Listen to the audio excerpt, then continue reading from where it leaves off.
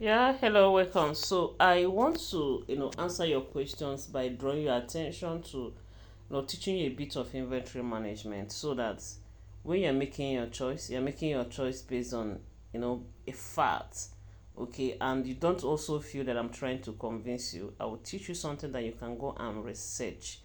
Before coming here, I have to redo a research to make sure that, I'm speaking facts. Now, I want to talk to you about tracking your inventory.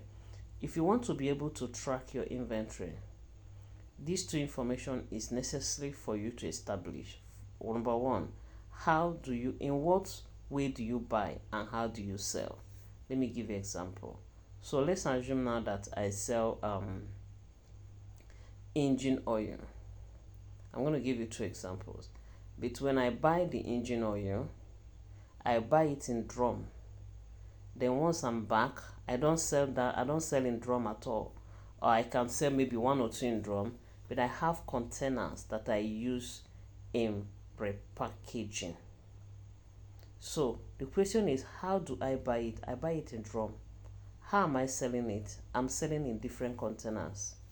There are two different things. It therefore means I should be able to know what happened to the drum I bought and the movement with the container that I'm using. That is number one example. Secondly, so let's say that now I buy biscuits. I'm buying biscuit. I buy a biscuit in for buy and sell. Now I bought a biscuit. I'm selling a biscuit and I bought like say two cartons. The question is, how did you buy? I buy in cartons. How are you selling it? I'm selling in pieces. So while recording this, how should I record it for the biscuit? If I tell the system that I bought two cartons, the system is expecting me to sell as a two carton. So what I will do is, because I'm selling in pieces, once I come back, I will just tell the system that I kind of, if the system asks me how many did you buy, I will not mention two cartons. I'll mention how many pieces is inside the carton to enable me selling pieces. But for the first example, which is your type of business, okay, from what you said, you bought 10,000 meals.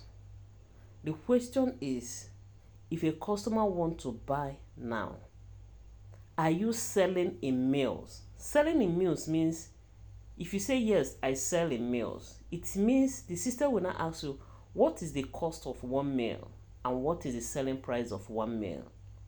Meaning that someone can come and buy 200 meals, 300 meals. Even if you have, let's say, oh, you can only buy 100 meals, fine, but we will know the cost of one meal. But from what you said, when you buy this as a container of 10,000 meals, that you have different bottles of different sizes, 100 mils, 250 mils, 500 mils, and 1,000 mils. A customer can decide to buy 10 pieces of 100 mils, 15 pieces of 250 mils, as the case may be. Therefore, it means you are not selling this sugar baby perfume in mils. You buy in mils, but you sell in containers of different sizes. It therefore means that for accurate and good inventory management, we should be able to know what happened to the container we bought, the 10,000 mils we bought. For instance, if we go there, we bought 10,000 mils and we are seeing that we are now having available quantity, let's say 5,000 mils, means that 5,000 has been removed. We should be able to know how many went into 100 mils, 250 mils, and 500 mils. That is how it should be. However, every business has their own, how they want to run. So the question I'm throwing back at you, aside the way it should be, is how do you want to obtain information from your products? This is what I mean. Would you want to see how many quantity of 100 mils you have, 100 mils bottle you've sold, how many you've sold of 250 mils, how many of 500 mils? Number one, that is number one. Number two, so would you want to also see, I've been able to repackage, let's say 500 ml bottle, and I've sold, let's say 400 ml bottle, something like that. Like, would you want to see information on each of these bottle sizes? If you want to see information, so you want to know how many quantity or how many pieces of each of them you have sold, how much money we've gotten from each of them, it therefore means you must see these things as separate products. Now, but if you just want to say, oh, I have 10,000 mils, even if I say 100 mils, remove it directly from the 10,000 mils, it means it's no longer a same product. It means it's now like one item. I don't know if I'm making sense. Just be following me gradually, you get what I'm trying to say. Now, let me start with assuming that you want to be able to say at the end of today, oh, I sold 50 bottles of 100 mils. I sold 100 bottles of 250 mils. Therefore, these items are separate. They will be registered separately, and the movement in each of them will be tracked. What it means is, when you go to the system and the system is showing that the 10,000 mils you bought is there remaining 5,000 mils, as a control, you should be able to see how many of the 5,000 mils went into 100 mils bottle, 250 mil bottle, 500 mil, 1,000 mil bottle. So they are what? Different. The bulk quantity will be tracked separately. The different sizes you sell will be tracked separately. Okay? Now, this is everything I have. Now, therefore means that the second question is, since each of these bottle sizes have their own unique prices, therefore we should be able to also know their costs. What is the cost of the 100 ml bottle? Maybe you start with the empty bottle you bought, the perfume inside, the label and all that. I don't know if I'm making sense. Okay, so, but like I said, alternatively, you can just sell this as a one item. Selling it as a one item means that if a customer comes to say, I want to buy 10 bottles of 100 mils, the 100 mils bottle, I want to buy 10 pieces of it. It therefore means you will then sell to the customer 1,000 mils. And maybe under description, you will now describe that this is 10 bottles. So let me illustrate it, please. Just follow me gradually. Okay? It therefore means that, look at what I have done. I've done some recording here because I want this to be very, very understood. So let's take the movement. One, you bought 10,000 mils of Sugar Baby. Okay? Before then, you have Sugar Baby, you buy Sugar Baby, and you have different sizes. So you see what I did? I first of all registered them separately. This is the best way to do it if you want to see information separately. With this, it means you'll be able to see how many Sugar Baby you bought, how many is now available. You'll be able to see, out of this, you'll be able to see, how many of these went in 200 mil, 250, 500 and co, how much sales you made from each of these, and what is the profit from each of these. With this is how you see it. Now, what now happens? When you now buy products, the person in charge of your inventory, maybe your inventory person or your staff that is in charge of recording activities around the inventory, what the staff will do is the staff will come here and record, or you, the business owner, will then come here and record that you bought let's say so you come here and say, oh, I bought Sugar Baby. I've already registered something, so it's just to add more. So let's say I bought Sugar Baby 5,000, let's say 10,000 mils. I already have some here, so when we are doing analysis, you understand. So you bought it, you put the price and all that. That is the first activity. So the next question is, what happened to this thing that you just bought? What happened to it? You now say, okay, let's say today you receive order 10 pieces of, let's say 10 pieces of 100 mils, 10 pieces of 250 mils, let's say 10 pieces of 500 mils. So 10 pieces of 500 mils become 5,000. Let's say, okay, in fact, let's say that everything that you receive order for today is, let's say, is 2,500. Okay? It therefore means that the inventory person will just come here and remove 2,500 from the 10,000 mils that you bought. Okay? So the person will remove it, 2,500. Come here and put. So I say, oh, I'm removing 2,500. So once the person removes this 2,500, the next question will now be, this 2,500, how many of it is for 100 bottles? How many of it, where is this 2,500 going into? The person will now indicate by saying, oh, this 25 is going into these different bottles. Now, once the person now indicates it, this will now help the person selling to sell in bottles. I don't know if I'm making sense. So automatically this now becomes production. It's more like what you have now produced, right? So the person can then come here to say, oh, this one is going to 100 mils, this one is going to let's say 250 mils, this one is going to 500 mils, right?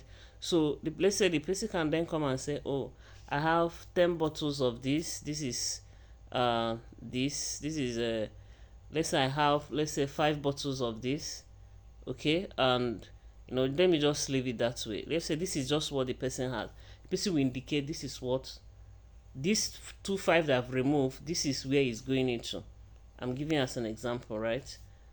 Okay, let's say no, this one, let's say this is going into 3 here. All right, then the person will now do what? That is it. So with this, you will see that you have removed this and you will see where it has gone to. Now the next thing is those in the cells, those that are now registering cells, we then come and register what? The actual sales that took place. So let's say those making sales can now say, oh, we sold, this is this, so we sold 10 to this person. Now begin to sell based on orders that you receive and all that. Okay, so are you seeing the movement now? So with what are the information you will now see? You can then decide to see, okay, oh, let me see how many quantity I still have in this sugar baby, or how many have I removed, what is available. You just come here, go to your product, come over here and come over this place. Let's use today. Please, you'll see more here because I've been registering some stuff, right? So it's telling you that forget about the 10,000, just assume there's now 20,000, please. So it's showing you that within this period you've chosen, that you have brought in 20,000 meals. There's nothing under opening store because everything happened today. You're saying that, oh, you have brought in 20,000 meals. You have removed 6,000 meals. This is remaining 14,000. You can then decide to say, oh, this 6,000 meals, okay, so how many is for this and how many is for that? You then go back, you see, it's not, you see it immediately. Say sugar baby 100 meals. So out of this 6,000, sugar baby got 20 bottles. Sugar, you brought in 20 out of this what is it called? Out of this 6,000 that left, sugar baby got 20 bottles. This one got 10, this one got 3. This in a normal thing it should be equal, but this is just illustration. Then you then say out of this one that you got from this, how many you sold and what is available. With this, you then know whether if anybody is stealing or anything. Okay, so aside this is for the inventory aspect. Aside the during sales, because what you sold is the bottles, right? When you come here under sales, you also see the sales for each of them. So it's telling, okay, this is only, you only sold 200 mils, 20 bottles. It show you the amount you sold. This is the cost.